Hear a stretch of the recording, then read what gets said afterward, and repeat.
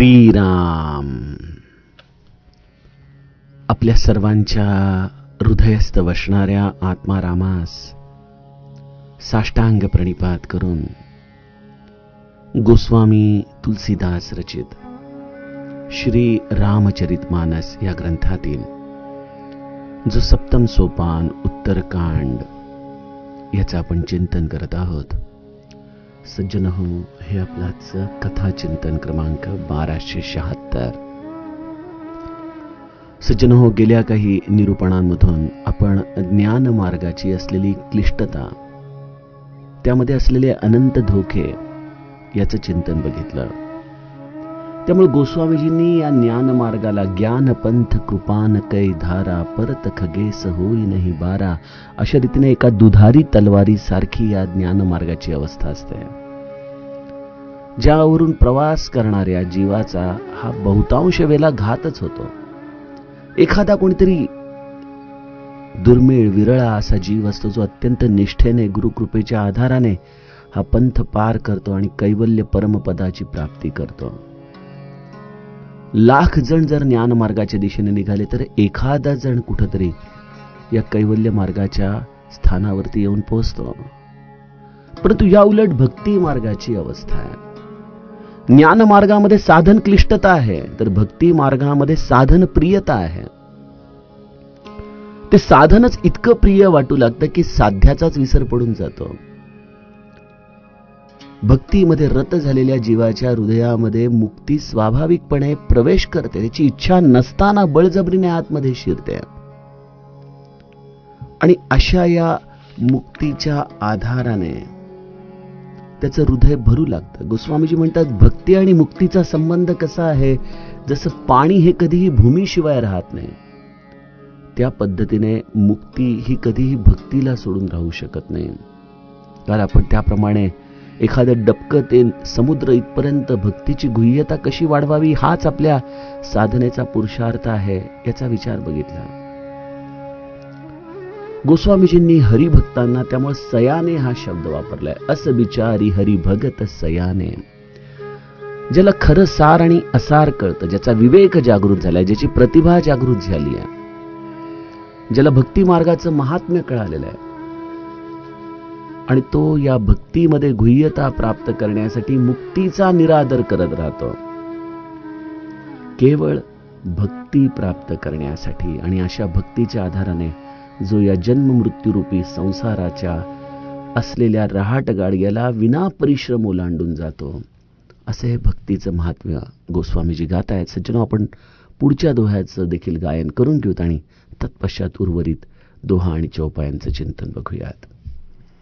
कहे हूँ ज्ञान सिद्धांत बुझाई, सुनहु भगति मनि कै प्रभुताई. राम भगति चिंता मनि सुंदर, बसई गरुड़ जाके उरंतर. परम प्रकाश रूप दिन राती, नहीं कछु चलिय दिया घृत बाती. मोह दरिद्र निकट नहीं आवा, लोभ बात नहीं ताही बुझावा. प्रबल विद्यातम मिटी जाई, हार ही सकल सलभ समुदाई. खल कामादि निकट नहीं जाही, बसई भगति जाके उरमाही. गरल सुधा सम अरहित होई, तेहि मनि बिनु सुख पावन कोई. व्याप ही मानस रोगन भारी, जिनके बस सब जीव दुखारी. राम भगति मनिउर बस जाके, दुख लवले सन सपने हुता के। चतुर शिरोमणि तेई जग माही, जे मनि लागी सूझत न कराही। सो मनि जदपि प्रगट जग हई, राम कृपा बिनु नहीं कोल हई। सुगम उपाय पाई बेके रे, नरहत भाग्य देहि भट भेरे। पावन पर्वत वेद पुराना, राम कथा रुचिरा करनाना। मर्मि सज्जन सुमति कुदारी, ज्ञान विराग नयन उर्गारी। भाव सहित खोजई जो प्राणी, पाव भगति मनि सब सुख खानी। मोरे मन प्रभु अस विश्वासा, राम ते अधिक राम करदासा। राम सिंधु घन सज्जन धीरा, चंदन तरु हरि संत समीरा। सब कर फल हरि भगति सुहाई, सो बिनु संतन काहू पाई। अस विचारी जोई कर सतसंगा, राम भगति तेहि सुलभ बिहंगा। ब्रह्म पयोनिधि मंदर, ज्ञान संत सुर आही। कथा सुधा मथि काढ़ही, भगति मधुरता जाही। बिरति चर्म असि ज्ञान मद, लोभ मोह रिपुमारी। जय पाई सो हरि भगति, देखो खगेश बिचारी। सियावर रामचंद्र प्रिय हो।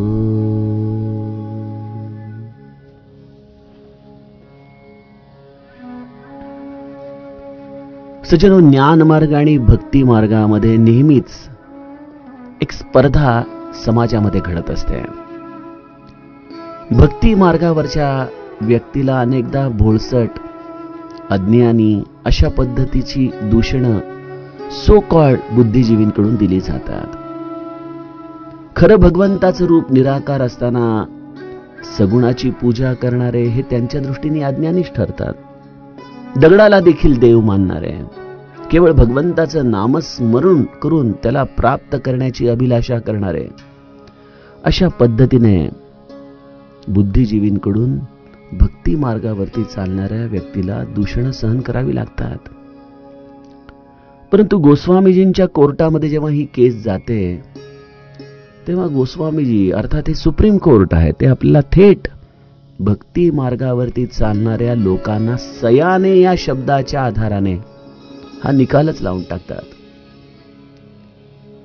की ज्ञान मार्गावरती चालणारा ज्ञानी समजतो स्वतःला खरा, परंतु खऱ्या अर्थाने तो अज्ञानी आहे. कारण ज्याला कळत नाही की जर एवढा साधा सोपा सुखद मार्ग आहे तर तो सोडून अकारणपणे आपण या अवघड वाटेवरून का जावं, कशासाठी जावं. बरं, दोन्हीही मार्ग शेवटी एकाच ठिकाणी जाणार आहेत असं काही नाही की ज्ञानी हा कुठल्या तरी परमतत्वापर्यंत जाणार आहे जिथं भक्ती पोहोचत नाही. आपण जर प्रवासाला जात असलो तर आजच्या काळात गुगल लोकेशनमुळे आपल्याला किती सोयी उपलब्ध झाल्यात. इथून गेलं तर 10 किलोमीटर वाजतात, इथून गेलं तर ट्रॅफिक कमी लागतो, इथून गेलो तर रस्ता चांगला आहे, एवढा आपण ॲनालिसिस करतो एखाद्या ठिकाणी जाताना. मग या परमार्थाचा, ज्याचा आयुष्यभर आपल्याला प्रवास करायचा आहे सज्जनो, तिथं आम्ही भक्ती मार्गासारख्या सुलभ, भगवंतापर्यंत खात्रीने नेणारा, जरी थोडासा लांब असला तरी देखील बिना खाच खळग्याच्या मार्गाचा का अव्हेर करतो?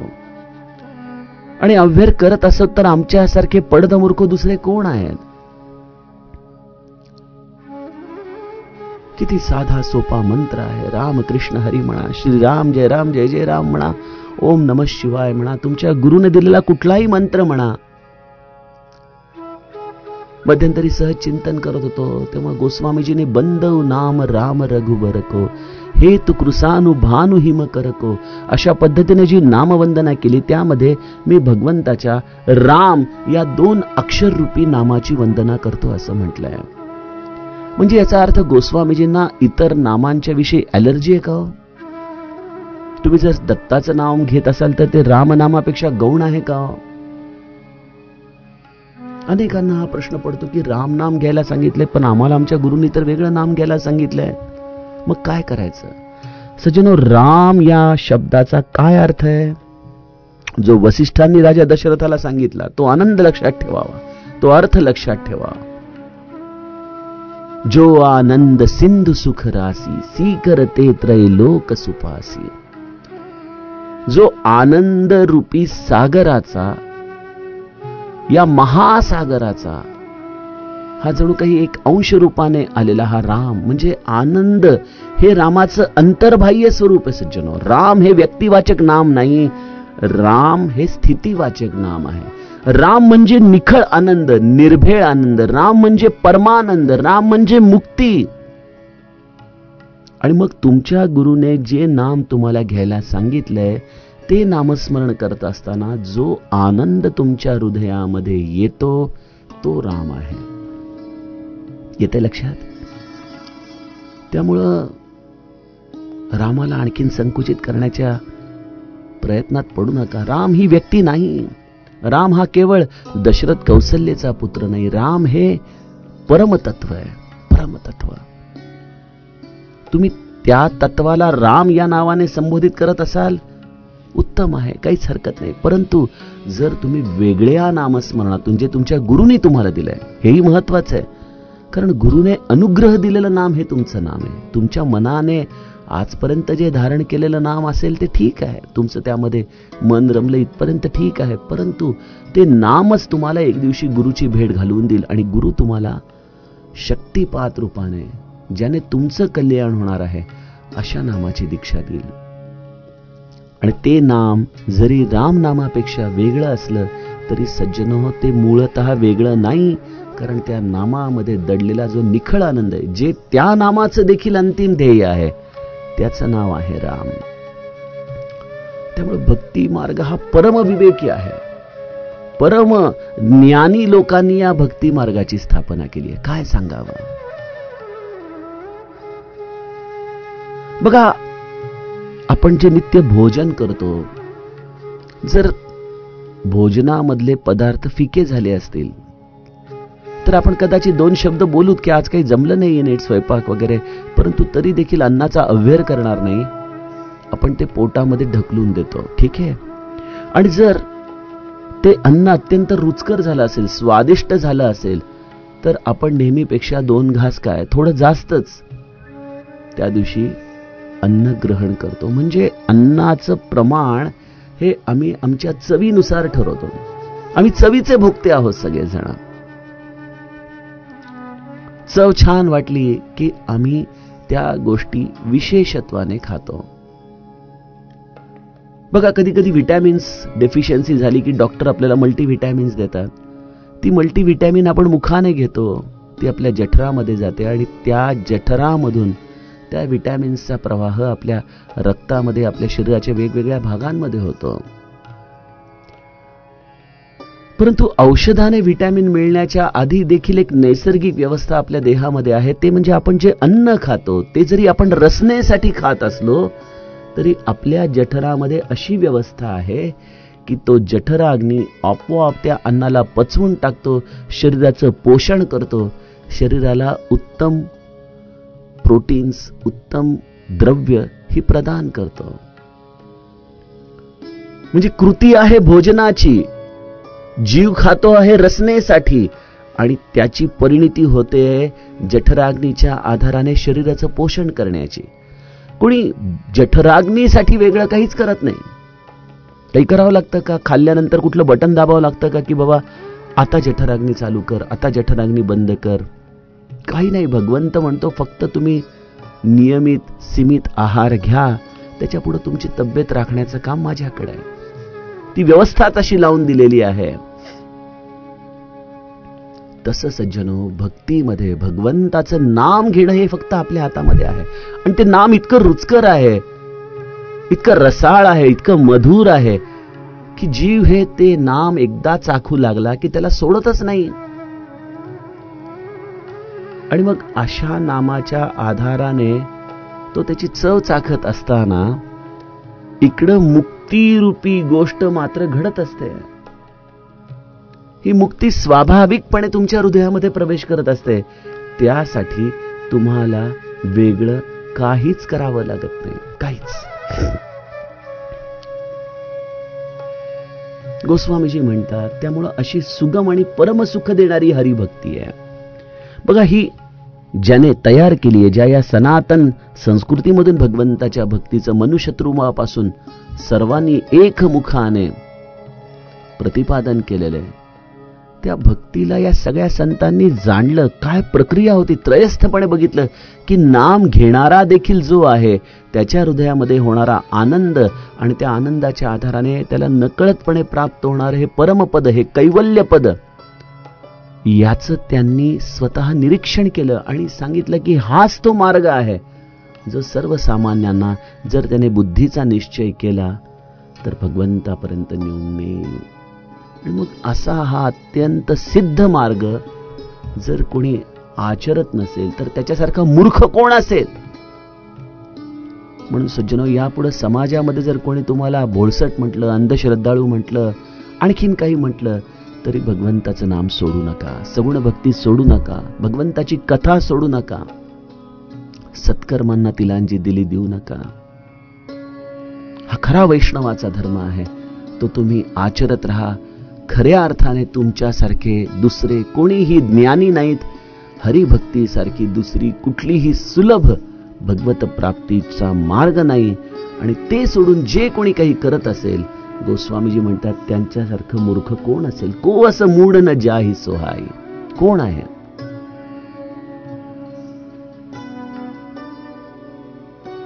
सेवक सेव्य भाव बिनु भवन तरिय उरगारी, भजऊ राम पद पंकज अस सिद्धांत विचारी. मग भक्ती मार्गाचा सिलेबस काय आहे? प्रत्येकाला हाच प्रश्न पडतो की भक्ती करायची म्हणजे नेमकं काय करायचं. आम्ही तर ऐकले शास्त्रामध्ये तो निर्गुण निराकार भगवंत आहे. मग निर्गुण निराकार भगवंताला कसं स्मरायचं, त्याची सेवा कशी करायची, मग मूर्तीची पूजा केली तर ती मूर्ती म्हणजेच देव आहे का? असे अनेक आमच्या मनामध्येच विकल्प आम्ही निर्माण करत असतो. सज्जनो, गोस्वामीजी आम्हाला त्याचं थेट उत्तर देतात. भक्ती मार्ग करण्यासाठी एकच करावं की मी त्याचा आहे, मी त्याचा सेवक आहे आणि तो राम माझा स्वामी आहे. बस या एका भावनेला आपल्या हृदयामध्ये घट्ट धरून राहावं. माझ्या जीवनाचे श्वास किती आहेत माझ्या रामाला माहिती, माझ्या आयुष्यामध्ये काय घडत आहे रामाला माहिती, यापुढे काय होणार आहे रामाला माहिती. मी जे स्मरण करत आहे त्याने मला त्याची प्राप्ती होईल का रामाला माहिती. माझ्या आयुष्याचं नेमकं ध्येय काय आहे रामाला माहिती. मग तू कोण आहेस? मी त्याचा दास आहे. मग तुझं काम काय आहे? मला अखंड एकच कळतं, त्याच्या इच्छेमध्ये इच्छा मिसळून राहणं आणि अखंड त्याचं स्मरण करणं. जसं एखादं लेकरू भूक लागल्यानंतर आईकडेच पाहतं, त्याला इतर कोणाचीही तमा नसते, त्याप्रमाणे सज्जनो, जो भक्त आहे त्याने केवळ एका आपल्या रामाकडे पाहावं. सन्मुख होई जीव मोही जबही, जन्म कोटी अघनासही तबही. रामाला नित्य सन्मुख राहावं. तो माझा स्वामी आहे, त्याला माझी काळजी आहे, तो मला सांभाळेल, मी त्याचा दास आहे. या भावनेने सज्जनो आपलं जीवन व्यतीत करणं, याचं नाव आहे भक्ती. आणि जर हा भाव आपण आपल्या अंतरंगात तयार करत नसूत तर या भावनेशिवाय संसार पार होणं अशक्य आहे, अशक्य आहे. आपण म्हणालो आम्ही आता नामस्मरण करतो, पण आमचा असा भाव नाहीये, मग आमची नामस्मरणाची अवस्था सगळी वाया जाते का? नाही सज्जनो, नाही. श्री महाराज म्हणायचे, घरातून आपण एखाद्या ठिकाणी जायला निघालो, समजा गोंदवल्याला जायला निघालो, तर गोंदवल्यापर्यंतचा रस्ता घरातून निघाल्यानंतर आम्हाला दिसत नाही, परंतु आपण एक एक टप्पा जाऊ लागतो. जेवढं आपल्याला माहिती असतं तिथपर्यंत आपण जातो. मग तिथं मैलाचे दगड लागू लागतात आणि एका टप्प्यावरती गोंदवलं येतं.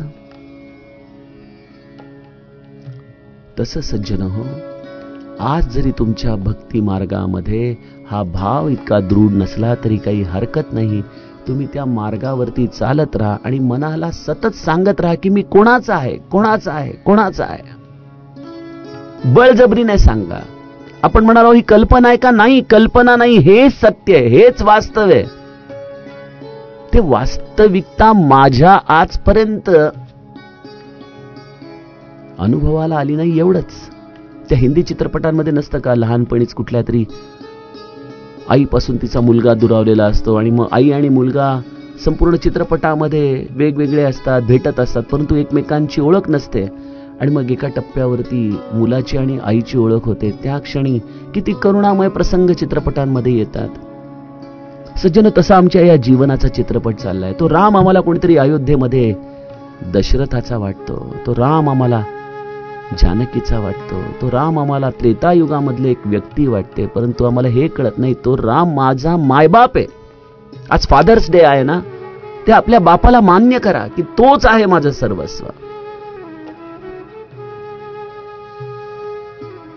तो खऱ्या अर्थाने बाप आहे, समस्त विश्वाचा बाप.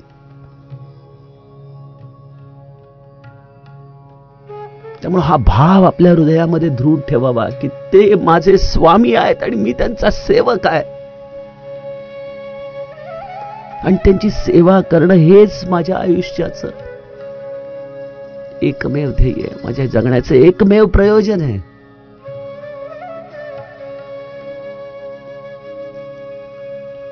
अंतर्बाह्य भगवंताचं दर्शन घ्यावं, हा सिद्धांत विचारात घेऊन आपण प्रभू रामचंद्रांच्या चरण कमलाचं भजन करत राहावं. हाच आहे हरिभक्तीचा मार्ग. सज्जनो, भजऊ राम पद पंकज अस सिद्धांत विचारी.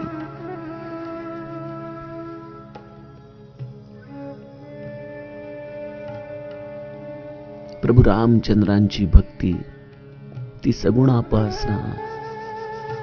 लोकांना असं वाटतं की अरे पाषाणाच्या मूर्तींची पूजा करून आयुष्य उगीच खर्च केलं, काय मिळालं याला. परंतु सज्जनो, माझे जगद्गुरु तुकाराम महाराज, माझे एकनाथ स्वामी, माझे महाराज समर्थ यांनी आयुष्यभर सगुणोपासना केली. आपल्याला कळायला हवं की भगवंताच्या नामाची, त्याच्या हरिभक्तीची ताकद एवढी विलक्षण असते की जो चेतन कह जड करई, जडई करई चैतन्य. जो चेतन कह जड करई. भरत चित्र डोळ्यासमोर येतं. भरताचं रामावरती प्रेम इतकं विलक्षण आहे की चित्रकूटवरती एकाहून एक असे चैतन्यमय साधू संत उपस्थित आहेत. त्यात राजा जनक आहे, वसिष्ठ आहेत, विश्वामित्र आलेले आहेत, एक एक अधिकारी, असे सर्व व्यक्ती त्या सभेमध्ये उपस्थित आहेत. परंतु अशा चैतन्यमय असलेल्या सर्व तत्वांना भरताच्या भक्तीने जड करून टाकलेलं आहे. प्रत्येक जण म्हणतो की माझी मती आता चालीनाशी झाली, काय करू मी. भरताचं प्रेम रामावरती असं विलक्षण आहे की त्याने आमचा विचार हिरावून घेतलेला आहे. जो चेतन कह जड करई, जड करही चैतन्य. आणि जडाला चैतन्यमय करणारे प्रत्येक संताच्या चरित्रामध्ये आपल्याला हे उदाहरण दिसतात. श्री महाराजांनी रामाला आपल्या सुखदुःखामध्ये नाचवलं, रडवलं. नाथांच्या लोण्यासाठी विजयी पांडुरंग आपला हात पुढे करून बसला. तुकारामांच्या प्रेमापोटी, आवडीच्या हट्टापायी विठ्ठलाने आपले ओठ भाजून घेतली, आपली मान तिरकी करून घेतली. तुकाराम महाराजांच्या प्रार्थनेने शिवबाच्यासाठी अनंत शिवबा देहूमध्ये निर्माण करून त्यातून त्यांची सुटका केली. तुकाराम महाराजांच्या प्रत्येक परीक्षेच्या क्षणी हा विठुराया जो जड होता तो चैतन्यमय झाला. सज्जनो, ही आहे हरिभक्तीची ताकद. त्यामुळे तुम्हाला जर असं वाटत असेल की अरे हे दगडाचे बोल कसे बोलणार, कसे जेवणार, तर नामदेवासारखी तुम्ही त्या भगवंताची उत्कट भक्ती करून तर बघा. एका टप्प्यावरती तो भगवंत तुमच्यासाठी चैतन्यमय होईल, तुमच्यासाठी होईल. संत मीराबाईने काय केलं? आयुष्यभर ज्याला पती मानलं तो श्रीकृष्ण तिला कधीच सोडू शकला नाही. अगदी आयुष्याच्या शेवटच्या श्वासामध्ये देखील त्या श्रीकृष्णाने ज्या मीरेला आपल्यामध्ये सामावून घेतलं. सज्जनो, भगवंताच्याकडून शिकावं नातं कसं निभावावं.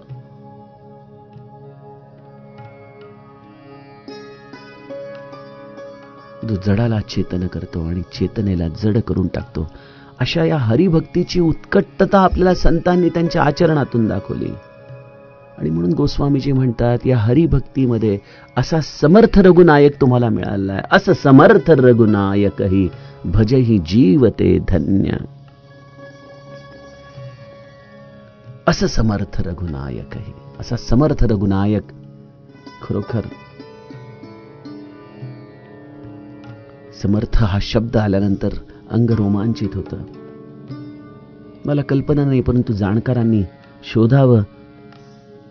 प्रभू रामचंद्रांना समर्थ ही उपाधी कदाचित चूक होऊ शकते माझ्याकडून, पण ही पहिल्यांदा माझ्या स्मृतीप्रमाणे मला वाटते की प्रभू रामचंद्रांना समर्थ ही पदवी गोस्वामीजींनी दिलेली आहे. असं समर्थ रघुनायकही भजही जीवते धन्य.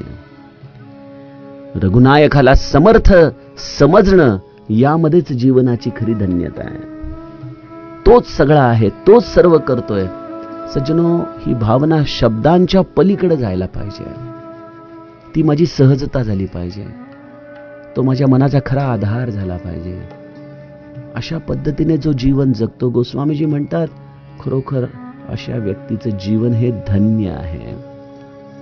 कहेहु ज्ञान सिद्धांत बुझाई, सुनहु भगति मनि कै प्रभुताई, राम भगति चिंता मनि सुंदर, बसई गरुड जाके उर अंतर. गोस्वामीजी म्हणतात की भुशुंडी गरुडाच्या संवादात भुशुंडी गरुडाला सांगतायत की हे गरुडा, मी तुला ज्ञानाचाही सिद्धांत समजावून सांगितला आणि भक्ती मार्ग देखील अत्यंत विशद पद्धतीने समजावून सांगितला. कहेहु ज्ञान सिद्धांत बुझाई, ज्ञानाचा सिद्धांत आणि भक्तीचा सिद्धांत हे मी दोन्ही तुला सांगितलं. भक्ती कशी आहे? सुनहु भगती मनी कै प्रभुताई, भक्ती रूपी मण्याची प्रभुता ऐक. सर्पाच्याकडे जसा तो मणी असतो, जो त्याचा जीव की प्राण असतो, त्या मण्याची प्रभुता काय आहे, त्या मण्याचं दिव्यत्व काय आहे. जसा एक चिंतामणी असतो, जो प्राप्त झाला असता जीवनामध्ये चिंतेला कुठं स्थानच राहत नाही. अशा पद्धतीने अनेक अलौकिक दिव्य मणी जे या आपल्याला लौकिक जगात दिसतात, अशाच पद्धतीने एक मणी आहे भगती मणी, भक्तिरूपी मणी. तो भक्तीचा सुंदर चिंतामणी कसा असतो आणि तो एकदा आपल्या अंतःकरणामध्ये वास करू लागला की त्या जीवाची काय अवस्था होते. पहिली गोष्ट, जे ज्ञानाच्या आधाराने प्राप्त करायचं आहे त्यासाठी किती साधनं पाहिजेत. गाय पाहिजे, हिरवा चारा पाहिजे, विश्वासरूपी पात्र पाहिजे, निष्काम मनाचा गवळी पाहिजे, शमदमादी विरजण पाहिजे, तापवायला सुंदर चित्तरूपी कळशी पाहिजे. मग ते तू बुद्धीमध्ये थंड करा. त्यानंतर चित्तरूपी असलेल्या आपल्या समयीमध्ये हे तूप भरा. त्यामध्ये तिन्ही अवस्थांना वळून एक चांगली वात घाला, अग्नी प्रज्वलित करा आणि मग आत्मदीपाचा प्रकाश हा तुम्हाला पाहता येतो. गोस्वामीजी म्हणतायत की भक्तीला मात्र यापैकी कशाचीच गरज नाही. परम प्रकाश रूप दिन राती, नहीं कछु चाहिए दिया घृत बाती. तो रात्रंदिवस आपोआपच परमप्रकाश रूप राहतो. त्या भक्तिरूपी प्रकाशाला ना दिव्याची, ना बत्तीची, ना तुपाची, कशाचीच गरज राहत नाही. कारण या भक्तिरूपी मण्याचाच प्रकाश हा स्वयंप्रकाश आहे. त्याला प्रकाश बाहेरून आणावा लागत नाही. तो प्रकाश त्याच्या हृदयामध्ये सहज वास करतो, ज्याच्या हृदयामध्ये भक्ती निवास करते. आणि मग प्रकाश प्राप्त झाला तर मग कोण काळजी करेल? तूप आहे का, निरांजन ठीक आहे का, वात ठीक आहे का, कशाचीच काळजी करायची गरज नाही. हरी मुखे म्हणा, हरी मुखे म्हणा, पुण्याची गणना कोण करी. तो आपला मस्त भगवंताच्या नामामध्ये नित्य वास करतो.